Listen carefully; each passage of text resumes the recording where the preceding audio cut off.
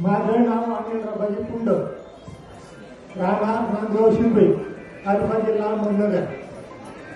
महाराजांनी घरी बोलवलं होतं. मला शुगर होती 4.5.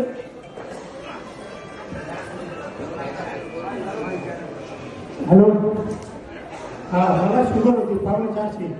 मी हॉस्पिटलमध्ये अपेक्स हॉस्पिटलमध्ये ॲडमिट असताना तिथं फरक घरी गेल्यानंतर फरक त्रास व्हायला लागला. आणि मग मला महाराजांना बोलवलं घरी.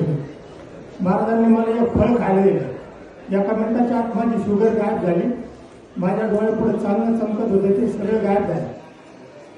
आणि महाराजांनी माझ्या भाऊ ते घाबरला असल्यामुळं महाराजांनी माझ्या भावाला सांगितलं की तुमच्या भावाला काहीच होत नाहीये, तुम्ही एवढा मोठा दगड टाका डोक्यात. त्यांना 76 वर्ष आयुष्यवाणी.